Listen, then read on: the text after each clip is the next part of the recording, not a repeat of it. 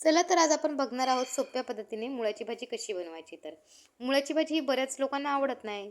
पण ही जी पद्धत मी आज तुम्हाला भाजी करण्याची दाखवणार आहे, त्या पद्धतीने तुम्ही एकदा भाजी बनवून बघा. नक्कीच ती भाजी सर्वांना आवडेल आणि कोणाला वाटणारही नाही आपण मुळ्याची भाजी खात आहोत. तर चला व्हिडिओला सुरुवात करूया, कुठेही वेळ न घालवता. तर यासाठी मी मुळाची भाजी चिरून घेतली आहे आणि मुळा देखील छोटा असा चिरून घेतला आहे. त्यानंतर भाजीसाठी लागणारं साहित्य घेतलं आहे: कांदा, टोमॅटो, मिरच्या, थोडासा कढीपत्ता आणि थोडेसे 2-3 पाकळ्या लसणाच्या ठेचून घेतल्या आहेत आणि कोथिंबीर देखील घेतली आहे. सर्वप्रथम कढईमध्ये 1 ते दीड पळे आपण तेल घेणार आहोत. त्यानंतर तेल चांगले तापले, त्यानंतर लगेच त्याच्यामध्ये मोहरी टाकायची आहे. मोहरी टाकून झाल्यानंतर त्यामध्ये कांदा टाकून द्यायचा आहे आणि थोडेसे लसणाच्या ज्या पाकळ्या आपण ठेचल्या आहेत त्या देखील त्याच्यामध्ये टाकून द्यायच्या आहेत.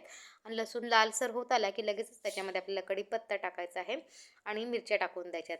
आणि कांदा, मिरची, लसूण हे सगळं थोडंसं आपल्याला परतवायचं आहे. आणि परतवून झाल्यानंतर लगेच त्याच्यामध्ये आपल्याला टोमॅटो देखील, बारीक चिरलेला टोमॅटो देखील टाकून घ्यायचा आहे. नंतर थोडीशी कोथिंबीर देखील आपल्याला टाकायची आहे आणि हे सर्व छान आपल्याला एकजीव करून घ्यायचं आहे.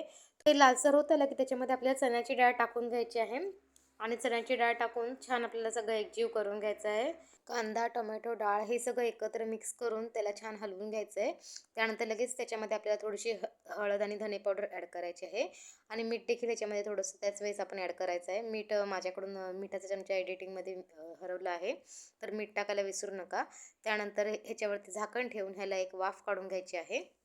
झाकण ठेवून त्यानंतर मध्ये थोडासा एक पाण्याचा हबका मारायचा असतो, त्यामुळे डाळ चांगली शिजते. तर आता ही डाळ बघा थोडीशी अर्धी अशी शिजली आहे. तर ह्या वेळेला आपल्याला इकडे मुळ्याची जी भाजी आहे ती ह्याच्यामध्ये आपल्याला ॲड करायची आहे. भाजी टाकल्यानंतर सगळं मिश्रण आणि भाजी आपल्याला एकजीव करून घ्यायची आहे. थोडा वेळ भाजीला आपल्याला परतवायचं आहे आणि भाजी चांगली परतवून झाल्यानंतर त्या मिश्रणामध्ये एकजीव झाकण ठेवून एक 10 ते 12 मिनिटं आपल्याला छान वाफ काढून घ्यायची आहे. तर इकडे आता मी झाकण ठेवत आहे. झाकण ठेवून 10 ते 12 मिनिटाची वाफ काढल्यानंतर भाजी आपली शिजली असेल, तर आता तुम्ही बघू शकता किती छान अशी भाजी शिजली आहे. त्यातली डाळ देखील आता शिजली आहे आणि भाजी देखील छान आता मऊशार झाली आहे. तर अशा पद्धतीनेच आपण मुळ्याची भाजी करू शकतो. खूप छान आणि खूप टेस्टी बनते. अजिबात वाटत नाही आपण मुळ्याची भाजी खातोय. तर अशा पद्धतीने भाजी नक्की करून बघा आणि व्हिडिओ आवडला असेल तर चॅनलला सबस्क्राईब करायला मात्र विसरू नका.